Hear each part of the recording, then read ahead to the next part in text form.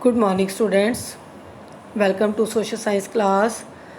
Dear students, today we will continue chapter 11 and the next topic of this chapter is the Pandyas.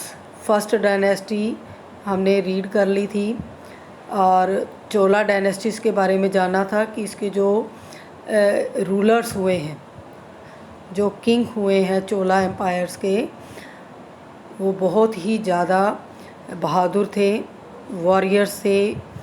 War policies उन्होंने अपनाई और अपने empire को expand किया। तो सेकंड डायनेस्टी थी साउथ इंडिया की, Pandya dynasty. So let's start the topic.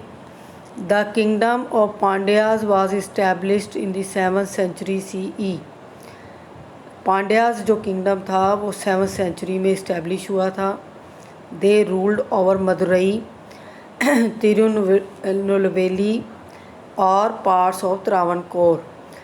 तो इनका जो एम्पायर था पांड्यास का, मदुरई यानी कि केरल वाली साइड में, जो केरल स्टेट है हमारी प्रेजेंट टाइम में, तिरुनेलवेली और त्रावणकोर, इन एरियाज़ में पांड्यास का रूल था। It is reputed to be the most ancient of the Tamil state. कंडूनगोरी स्टार्टेड द पांड्यास रूल, और इसका फाउंडर हुआ है कंडूनगोरी। ठीक है, पांड्या शासकों की जो पांड्या वंश था उसकी नींव किसने डाली थी, किस शासक ने? कंडूनगोरी ने।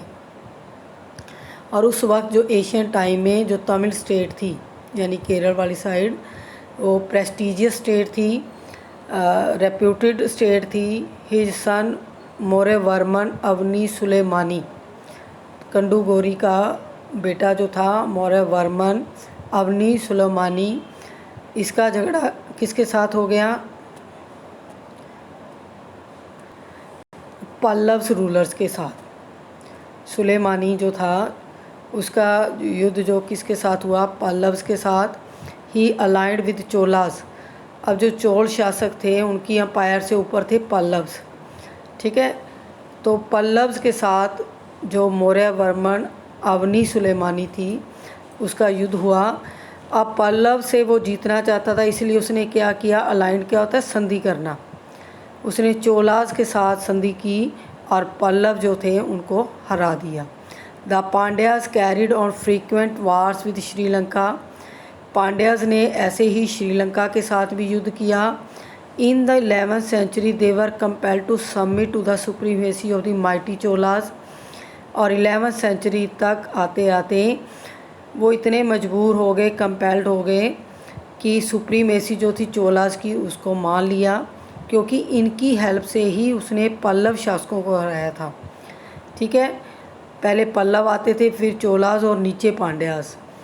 तो यानी कि अगर उन्होंने उस टेरिटरी को अपनी टेरिटरी में मिलाना है पल्लव्स की, तो किसको क्रॉस करना पड़ेगा? चोलास डायनेस्टी एम्पायर को।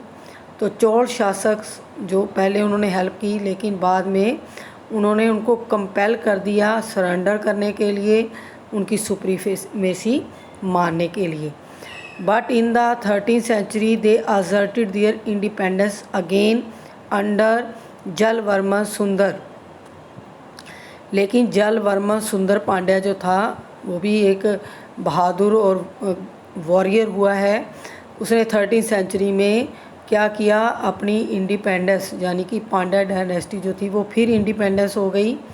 और किसकी लीडरशिप में हुई? Jatavarman Sundara Pandyas, who ruled from 1251 to 1272। Gradually the Pandyas became the leading power in the south. और इसकी वजह से, क्योंकि ये पावरफुल था, कैपेबल था, तो इसकी वजह से धीरे धीरे जो पांड्यास ने अपनी पावर जो थी उसको अमर्ज कर लिया था। किसकी लीडरशिप में? जलवर्मन की। Unfortunately civil war broke out among a number of contenders. Contenders क्या होता है? कॉम्पिटिटर्स। क्योंकि ये रीजनल जो रूलर्स थे उनकी एम्पायर्स जो है आपस में, ये एम्परर जो थे वो लड़ते रहते थे, तो बहुत सारे इनके कॉम्पिटिटर प्रतिद्वंदी होते थे। और एक सिविल वॉर क्या होता है कि अपने ही एरिया के जो लोग हैं जब आपस में लड़ पड़ते हैं तो उसे कहते हैं गृह युद्ध, सिविल वॉर। पांड्या डायनेस्टी जो थी काफ़ी पावरफुल हो चुकी साउथ में, लेकिन उनके इंटरनल कॉन्फ्लिक्ट की वजह से, इंटरनल जो कॉम्पिटिटर्स थे उनकी वजह से क्या हुआ, सिविल वार जो था शुरू हो गया। और to the throne which sealed the fate of his kingdom, जिसकी वजह से इस किंगडम का दुर्भाग्य डिक्लाइन होना शुरू हो गया। इनकी डिसयूनिटी की वजह से, इनमें आपस में तालमेल ना होने की वजह से क्या हुआ, मुस्लिम इन्वेडर्स प्लंडर्ड और लूटेड द किंगडम। जो मुस्लिम इन्वेडर्स क्या होते हैं, जो बाहर से आक्रमण करते हैं, सेम कंट्री के नहीं होते, आक्रमणकारी जो थे मुस्लिम आक्रमणकारी, उन्होंने पांड्या जो किंगडम थी उसके ऊपर अटैक किया और उसको प्लंडर और लूटेड क्या होता है, लूटना, डकैती करना, डकैती टाइप ही हो गया। आए और युद्ध किया और जो धन दौलत थी उसको लूट कर ले गए और इससे क्या बना दिया इस एम्पायर को, वीक। और 16वीं सेंचुरी तक क्या हुआ, Pandyas kingdom was absorbed in the kingdom of Vijayanagar. और 16वीं सेंचुरी तक जो हिंदू किंगडम था विजयनगर के अंदर, उन लोगों ने क्या किया, उन राजाओं ने पांड्या किंगडम को अपने किंगडम में, अपनी एम्पायर में एब्जॉर्ब क्या होता है, मर्ज करना, मिला लिया, यानी कि युद्ध किया और पांड्या डायनेस्टी को भी ख़त्म कर दिया और इनकी किंगडम को अपनी किंगडम में मिला लिया। नेक्स्ट है गवर्नेंस इन साउथ इंडिया। जो चोलास और पांड्या से जो शासक हुए हैं साउथ इंडिया के, तो इनका एडमिनिस्ट्रेशन कैसा था, गवर्नेंस, इनका जो एडमिनिस्ट्रेशन ही बोलेंगे कि इनका जो प्रबंध था, यानी कि क्या काम करते थे, ये अलग अलग टॉपिक्स को लेकर हम डिस्कस करेंगे। तो फर्स्ट गवर्नेंस का टॉपिक है एडमिनिस्ट्रेशन। एडमिनिस्ट्रेशन क्या होता है, प्रशासन, यानी कि उनके शासन करने का तरीका कैसे था, किस तरीके से वो काम करते थे। द किंग जो था was the head of the state. राजा जो था वो पूरी किंगडम का हेड होता था। His office was hereditary. उसका जो पद था, यानी जो राजा था, वो सिस्टम क्या था, hereditary.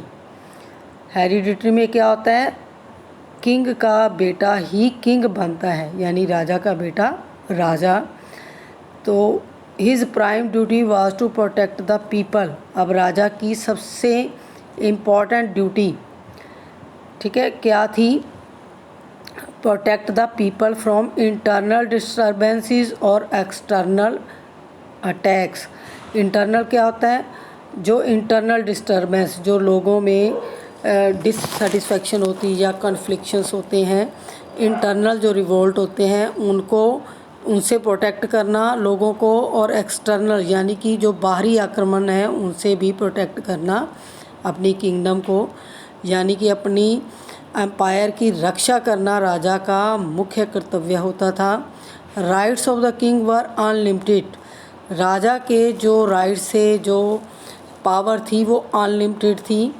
Central administration was divided into different departments. But जो एडमिनिस्ट्रेशन था उसको डिफरेंट डिपार्टमेंट्स में डिवाइड किया होता था राजा ने, क्योंकि राजा सारे काम खुद नहीं करता था, उसको असिस्ट कौन करती थी, उसकी council. The king rain the administrations with the help of the ministers. King जो था एडमिनिस्ट्रेशन के काम करने के लिए किसकी हेल्प लेता था, मिनिस्टर्स की। The king was divided into, kingdom was divided into provinces, और उसको क्या बोलते थे, मंडलम। ठीक है, ये मंडलम जो है क्या थे, छोटे छोटे प्रांत, जैसे अब स्टेट होते हैं, डिस्ट्रिक्ट होते हैं, तो किंगडम जो भी एम्पायर होती थी उसको छोटे छोटे मंडलम्स में डिवाइड किया जाता था। और each province was under the control of an official who worked according to the instructions of the king. और जो प्रत्येक प्रोविंस थी, प्रत्येक जो राज्य था, उसका कंट्रोल किसके पास होता था, वहाँ पर एक ऑफिशियल अपॉइंट कर दिया जाता था, एक अधिकारी। और वो अधिकारी, ठीक है, किसके अकॉर्डिंग काम करता था, इंस्ट्रक्शंस ऑफ द किंग। तो सेंट्रल अथॉरिटी, सेंट्रल पावर किसके पास थी? राजा के पास। नेक्स्ट है इकॉनमी। इकॉनमी क्या होता है? अर्थव्यवस्था। ठीक है, अर्थव्यवस्था यानी कि राजा जो इतने कार्य करता था उसके लिए पैसा या इनकम कहाँ से आती थी, लोगों की इनकम सोर्सेज क्या थी। तो ये इकॉनमी टॉपिक में आता है, अर्थव्यवस्था के अंदर। तो जो लैंड रेवेन्यू था was the main source of income. राजा की आय का मुख्य साधन क्या होता था? जो लैंड से टैक्स कलेक्ट करता था राजा। रेवेन्यू क्या होता है? टैक्स, लगान, कि जो ज़मीन पर खेती करते थे किसान, ठीक है, वो किसान राजा को टैक्स देते थे और वही राज्य की इनकम का मेन सोर्स होता था। It was fixed at 1/3 of the produce.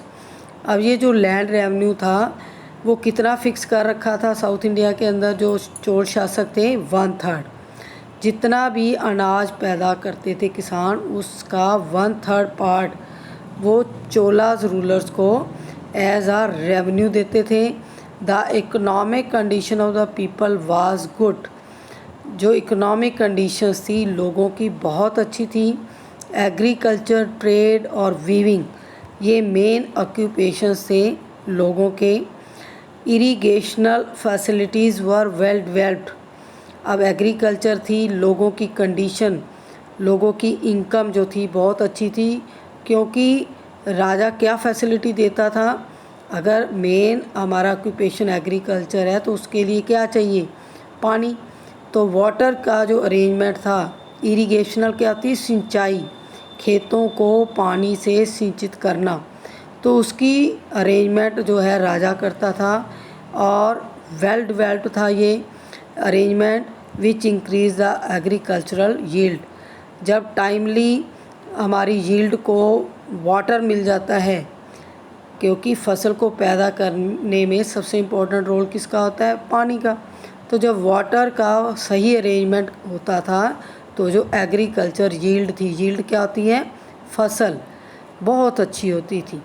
The Chola rulers spent a major part of the income on public welfare. और जो चोल शासक थे वो हमेशा प्रजा हित काम करते थे, जो पब्लिक वेलफेयर्स थे उनके ऊपर सारी इन्वेस्टमेंट करते थे। जो भी उनको इनकम होती थी राज्य को वो सारी किसके ऊपर स्पेंड होती थी? पब्लिक वेलफेयर्स के ऊपर। So move to the next topic, society. Society में क्या आ जाता है कि लोग कैसे थे, उनका जीवन यापन कैसा था, क्या सिस्टम था सोसाइटी का। Society of south India was also caste ridden.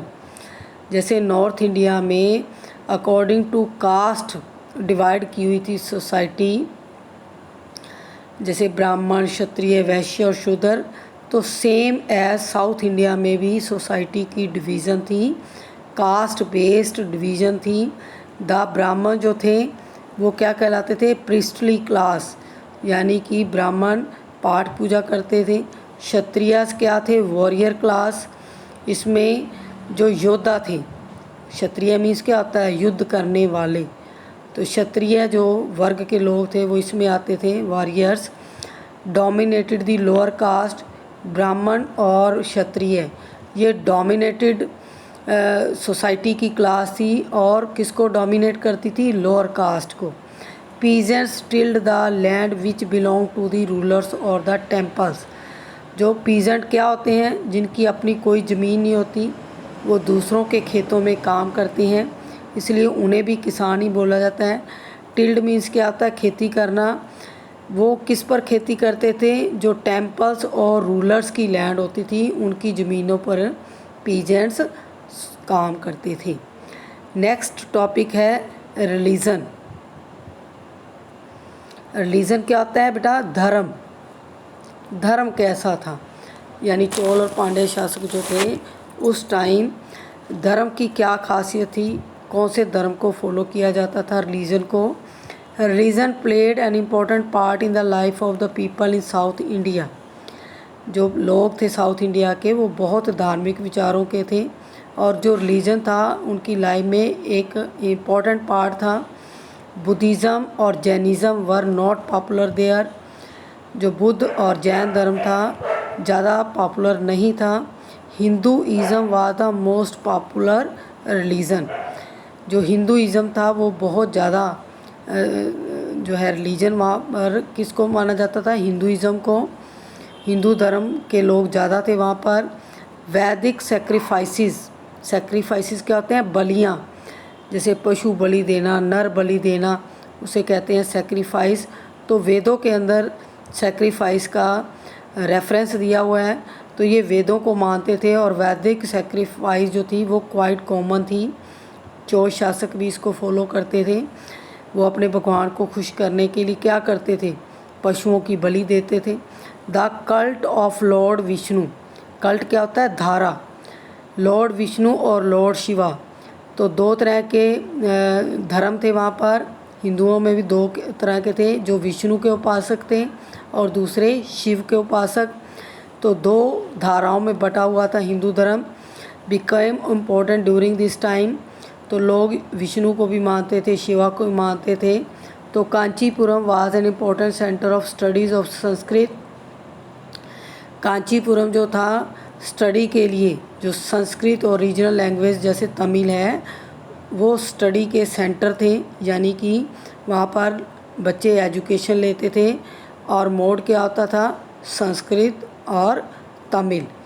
तो इस भाषा में जो है बच्चे वहाँ पर एजुकेशन लेते थे। It was also a centre of pilgrimage for Hindu devotees. Kanchipuram जो था वो एक धार्मिक स्थान था, हिंदू जो लोग थे उनके लिए।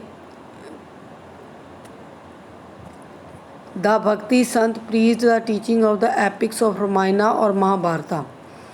जो भक्ति धारा के संत थे वो किसका प्रचार करते थे, रामायण और महाभारत का। Epics were translated into many South Indian language. अब ये दोनों जो ग्रंथ थे वो संस्कृत में थे और बाद में जो साउथ इंडिया के अंदर जब इनको दूसरी साउथ इंडियन लैंग्वेज में कन्वर्ट किया गया तो इनका काफ़ी प्रीच क्या होता है, प्रचार हुआ। मैनी ग्रेट लिटरेरी वर्क्स, इस टाइम में बहुत सारे लिटरेरी वर्क्स, साहित्यिक ग्रंथ लिखे गए, जैसे शिल्पपदिक्रम क्या बोलेंगे इसको, ये तमिल वर्ड है। मणि मेखलाई, ये भी तमिल में लिखा गया ग्रंथ, were written during this period. तो जो चोल शासक थे उनके टाइम में ये साहित्यिक ग्रंथ लिखे गए तमिल के अंदर। नेक्स्ट टॉपिक है Manimekalai education. The temples of south India were not only the places of worship. जो साउथ इंडिया के टेम्पल्स थे वहाँ केवल पाठ पूजा ही नहीं होती थी, but also important centres of culture, administration और एजुकेशन। तो इन्हीं प्लेसेस के ऊपर जहाँ पर मंदिर थे वहाँ पर संस्कृति, कल्चर, एडमिनिस्ट्रेशन और एजुकेशन दी जाती थी। मेन जो हब था वो टेम्पल ही होता था। एजुकेशन मेनली जो थी कहाँ पर दी जाती थी, टेम्पल्स के अंदर। ईच टेम्पल्स हैड अटैच्ड मठ विच प्रोवाइडेड फ्री एजुकेशन।